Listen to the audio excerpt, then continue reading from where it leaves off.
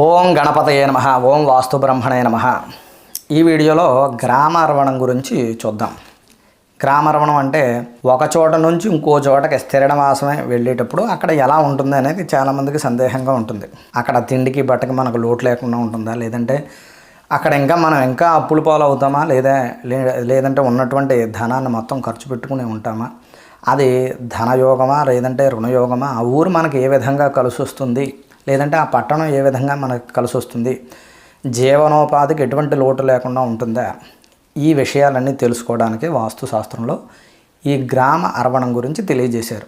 గ్రామ అర్వణం అంటే పొందిక, సరిపడినా లేదా, అచ్చి వచ్చినా లేదా, కుదురునా లేదా, ఇటువంటి మాటలన్నీ కూడా మనం చెప్పుకోవచ్చు.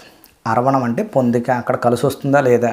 ఒక మాటలో చెప్పాలంటే మనం ఇక్కడ నుంచి ఆ ఊరికి వెళుతూ ఉన్నాం, అక్కడ మనకి కలిసి వస్తుందా లేదా, బాగుంటుందా లేదా, అది ధనపరంగా కావచ్చు, వృత్తిపరంగా కావచ్చు, వ్యాపారపరంగా కావచ్చు, ఏ విధంగా ఉంటుంది అనేది చెప్పేదే ఈ గ్రామ అర్వణం. ఈ అర్వణాన్ని ఏ విధంగా చూడాలి, స్వయంగా ఈ వీడియో ద్వారా పూర్తిగా చూస్తే ఈ వీడియో ద్వారా మీరే తెలుసుకోవచ్చు. ఈ గ్రామ అర్వణం అనేది 5 విధాలుగా 5 రకాలుగా చెప్పారు. ఈ 5 విధానాల్లో ఒక విధానం సరిపడినా చాలు, ఒక విధానంగా చూసుకున్నా పర్వాలేదు. ఈ 5 విధానాలు ఇప్పుడు తెలియజేస్తాను. 5 విధానాలు ఏమిటంటే, 1 జన్మ నక్షత్రాన్ని బట్టి లేదంటే నామ నక్షత్రాన్ని బట్టి చూసే విధానం, 2వది కాకాణి వర్గ విధానం, 3వది సప్తవర్గ అర్వణం, 4వది నామరాశిని బట్టి చూసేది, 5వది నరాకృతి చక్రాన్ని బట్టి. ఇప్పుడు ఈ 5 విధానాల గురించి చూద్దాం. ఇది గ్రామ అర్వణంలో 5 విధానాల్లో మొట్టమొదటి విధానం చూసుకుంటే, గ్రామ నక్షత్రం నుంచి జన్మ లేదా నామ నక్షత్రానికి లెక్క పెట్టాలి. లెక్క పెడితే 27 నక్షత్రాల్లో గ్రామ నక్షత్రం నుంచి యజమాని నక్షత్రం వరకు, అంటే జన్మ నక్షత్రం లేదా పేరును బట్టి వచ్చే నామ నక్షత్రం వరకు లెక్కిస్తే ఈ 7వ నక్షత్రం అవ్వకూడదు. అలా అయినట్లయితే అది విరోధాన్ని తీసుకొస్తుంది ఆ గ్రామానికి. 3, 6 నక్షత్రాలు అయితే హాని కలుగుతుంది.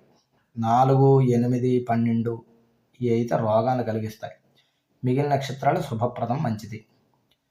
ఇక 2, 5, 9, 10, 11 ఇవి అయితే మరింత శుభం. ఈ విధంగా చూసుకోవాలి.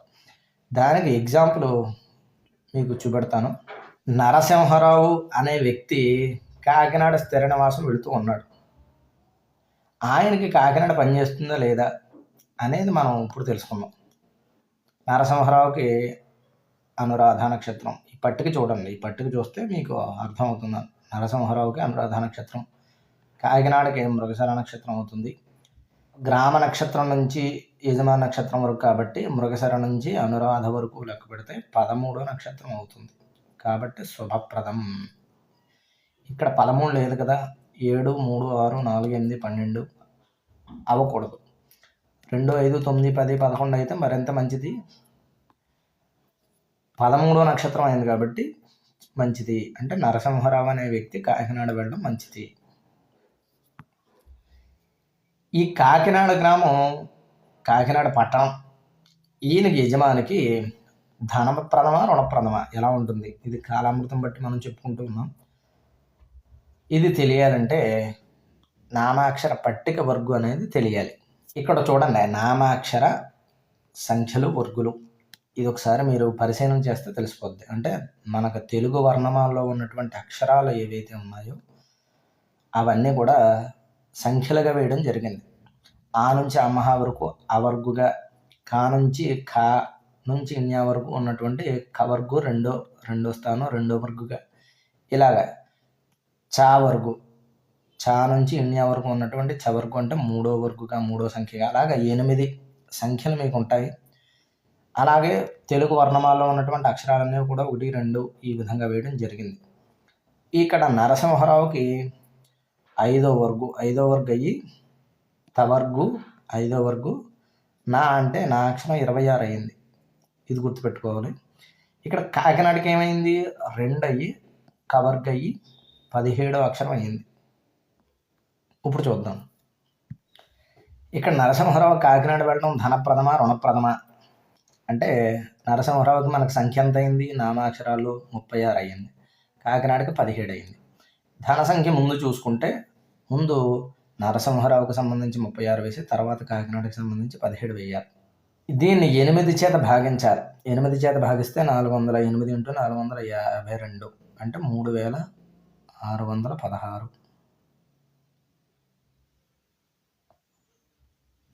3616 అయితే ఒకటి శేషం వచ్చింది, ధనం అనేది ఒకటి వచ్చింది.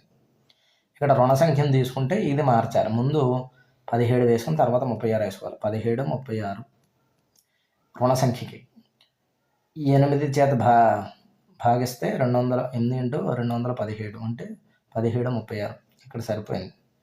రుణం అనేది 0 వచ్చింది, అంటే రుణం లేదు, ధనం అనేది 1 ఉంది.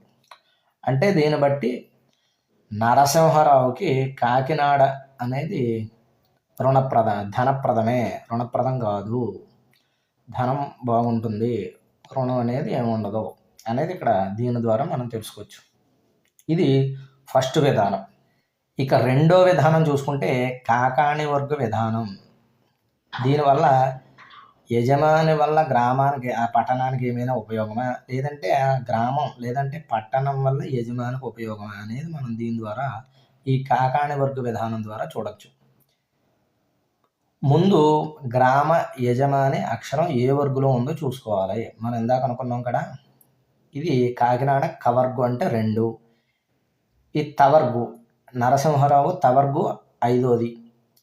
ఇది వేసుకుని ముందుగా యజమాని వల్ల గ్రామానికి ఉపయోగం అనేది చూద్దాం. యజమాని వల్ల గ్రామానికి ఉపయోగమా, యజమాని వర్గ సంఖ్య ఎంత 5.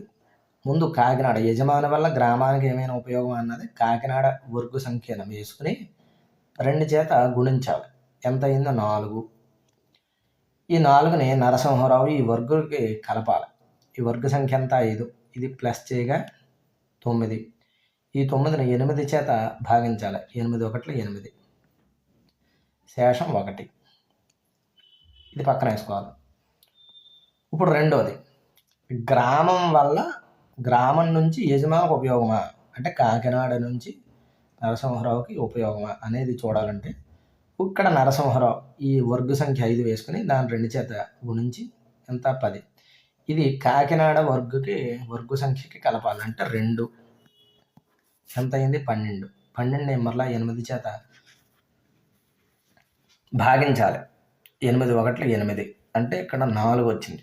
అంటే ఇక్కడ ఏమర్థం అవుతుంది, యజమాని వల్ల గ్రామానికి ఉపయోగం అనేది శేషం 1 అయితే గ్రామం నుంచి యజమానికి ఉపయోగం అనేది 4 అవుతుంది. అంటే గ్రామం నుంచే యజమానికి ఎక్కువ ఉపయోగం అనేది ఇక్కడ అర్థమవుతుంది. అంటే కాకినాడ పట్టణం అనేది ఈ నరసింహారావుకి ఈ విధంగా చూసినా బాగుంది, ఈ విధంగా చూసినా బాగుంది అనేది మనకు అర్థమవుతుంది. ఇక మూడోది సప్తవర్గ అర్వణం. సప్తవర్గ అర్వణం బట్టి ఏంటంటే ఆ గ్రామం ఈ విధంగా కూడా చూడొచ్చు. యజమాని నామాక్షర వర్గానికి గ్రహం ఏదైతే అధిపతి ఉందో గ్రామ నామాక్షర వర్గానికి అధిపతి మిత్రత్వం ఉంటే మంచిది, శత్రుత్వం ఉంటే అశుభం, సమత్వం ఉంటే మధ్యం అనేది చూడాలి. నరసింహారావుకి ఏమిటి ఇక్కడ ఎగ్జాంపుల్ మనం తీసుకుంటే ఎగ్జాంపుల్ ఇదే చెప్పుకుంటూ ఉన్నాం కదా. నరసింహారావుకి తవర్గు అంటే శని, కాకినాడకి ఏమిటి కవర్గు శుక్రుడు. అంటే ఇద్దరికే శని శుక్రులు ఇద్దరికీ కూడా మిత్రత్వం అనేది ఉంటుంది. ఈ విధంగా చూసినా బాగుంది. సప్తవర్గ అర్వణ విధానంలో చూసినా గ్రామార్వణంలోని ఇదొక రకం సప్తవర్గ అర్వణం అనేది మిత్రత్వం అనేది ఉంది కాబట్టి బాగుంది, పనిచేస్తుంది. నరసింహారావుకి కాకినాడ అనేది పనిచేస్తుంది అనేది తెలిసింది. ఇక గ్రామార్వణంలోనే 4వ విధానం చూసుకుంటే నామరాశి నుంచి గ్రామ అర్వణం వరకు గ్రామ అర్వణ రాశి వరకు లెక్కించాలి. యజమాని నామరాశి నుంచి అంటే నామరాశి నుంచి గ్రామ రాశికి ప్రతి ఒక్కరికి పేరును బట్టి ఒక నక్షత్రం ఉంటుంది. నక్షత్రానికి రాశి అనేది ఉంటుంది. దాని నామరాశిని బట్టి గ్రామానికి కూడా పేరు ఉంటుంది.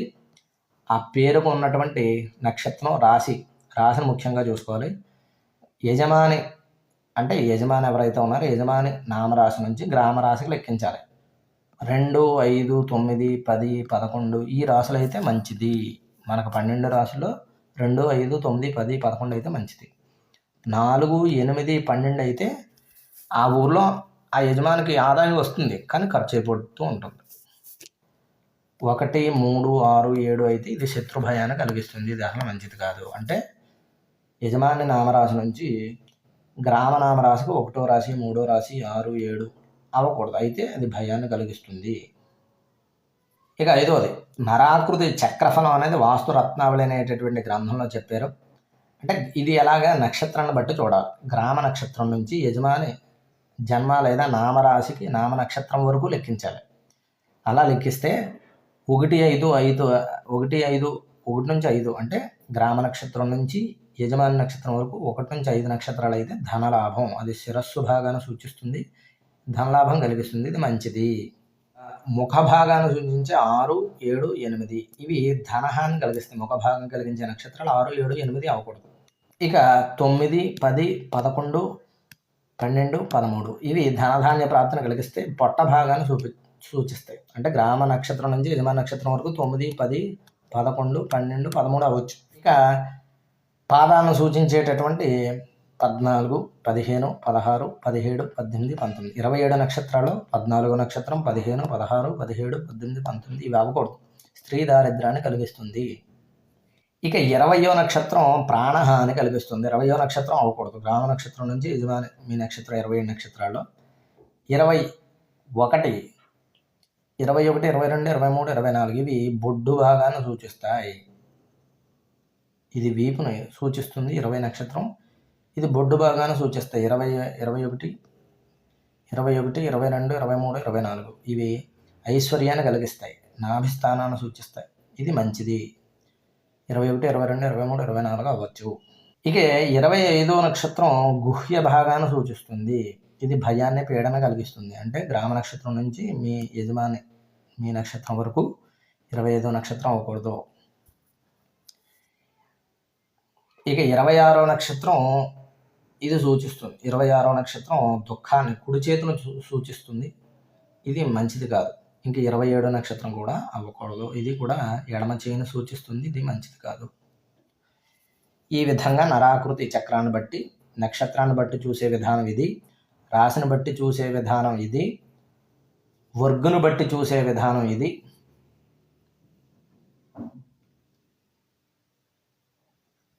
నామాక్షర సంఖ్యను బట్టి చూసే విధానం ఇది. ఇంకా మొదటిది ఇది కూడా నామ నక్షత్రాన్ని బట్టి చూసే విధానం ఇది. ఇది నక్షత్రాన్ని బట్టి చూసే విధానం ఇది. ఇది చూశారు కదా గ్రామ అరవణం అనేటటువంటి టాపిక్ వీడియో. ఈ వీడియో నచ్చినట్లయితే లైక్ చేసి షేర్ చేయండి. ఇటువంటి వీడియోల కోసం ఈ ఛానల్ని సబ్స్క్రైబ్ చేయండి. అలాగే ఏదైనా మీకు వాస్తు సంబంధంగా కానీ, వాస్తు చూడటానికి కానీ, వాస్తు సంబంధ సందేహాలు సమాధానాలకు కానీ, ఎండ్ల ప్లాన్లకు కానీ, ఇంటి ప్లాన్లకు కానీ మమ్మల్ని సంప్రదించవచ్చు. మా యొక్క ఫోన్ నెంబర్ ఇది. మరొక వీడియోలో మరలా కలుద్దాం.